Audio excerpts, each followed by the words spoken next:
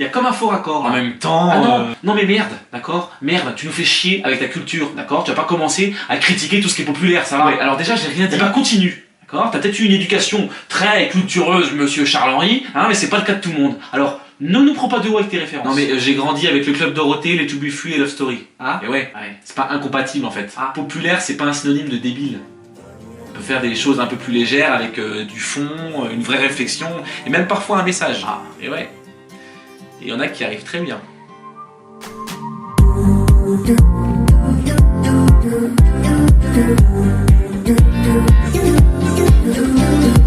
On catégorise trop souvent le populo, beaufo, stupido, populaire d'un côté, au intellectico, brancho, élito, culturel de l'autre. Merci patron, on a une petite marge entre les deux. Hein. Oula, ça grandit, ça grandit. C'est beaucoup trop grand. Liste arbitraire de personnes qui assument de faire du divertissement, mais en se creusant un petit peu la tête. En musique, on connaît tous Stromae qui assume de faire du boum boum boum qui tabasse, sauf que lui, il n'utilise pas les inévitables vocodeurs, accords fa, sol, la mineur do ou autres filtres passe-bas. Ah ouais, ouais, énorme le truc.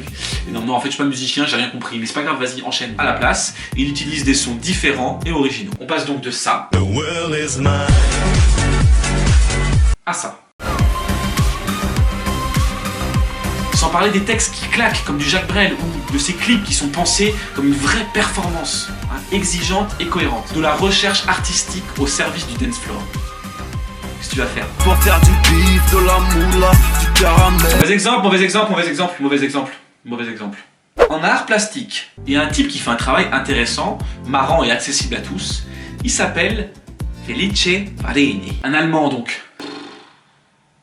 Épuisant. Le principe de son travail, c'est le point de vue. Ses œuvres sont visibles de partout, mais compréhensibles d'un seul point. Pas compris. Le but du jeu, car il s'agit d'un jeu, est de se déplacer dans l'espace pour trouver le point de vue où on va passer de ça à ça.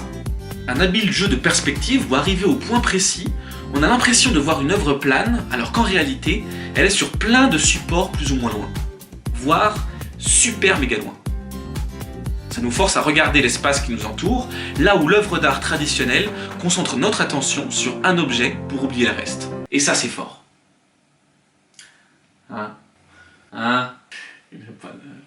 Pardon, j'ai pas écouté, j'ai pas compris. Non, ça nous force à regarder l'espace qui nous entoure, là où l'œuvre d'art traditionnelle concentre notre attention sur un objet pour oublier tout le reste. Oui.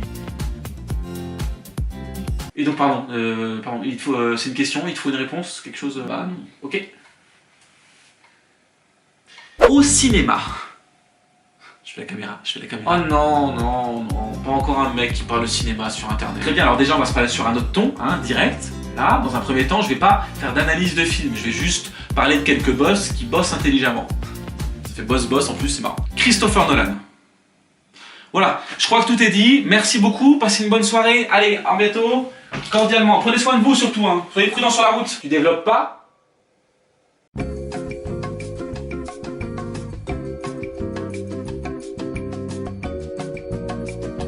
Sinon, entre télévision, cinéma et one-man show, il y a Alexandre Astier. Pour rappel quand même, hein, ses derniers sujets de prédilection, les Chevaliers de la Table Ronde, Jean-Sébastien Bach, la physique quantique et une conférence sur l'univers.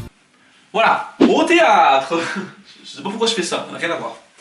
Aucun intérêt. Il y a deux jeunes rockstars qui montent et qui commencent à sérieusement peser dans le game, on en a parlé la dernière fois, c'est Thomas Joly et David Bowie. Ce sont deux metteurs en scène qui ont récemment monté des textes de Shakespeare ou de Victor Hugo. Ah oui, bien moderne les gars, bien. Et bien justement, ça tombe bien que j'en parle, ils ont réussi à en faire quelque chose de très accessible. David Bowie a monté Hamlet ou Roméo et Juliette avec des danseurs, des artistes de cirque, de la flotte partout, et puis Batman.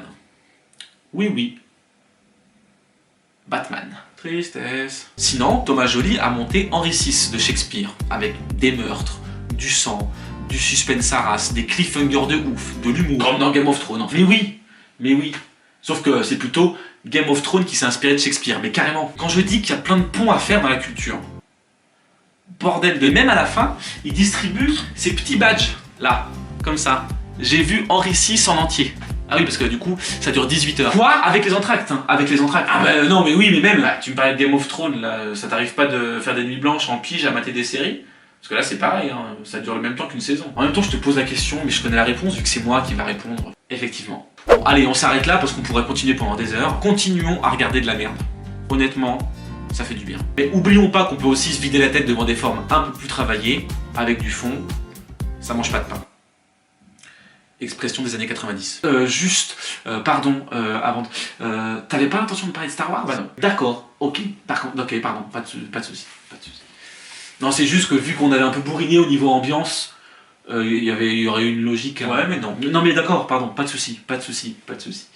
C'est con, parce que du coup, vu qu'on...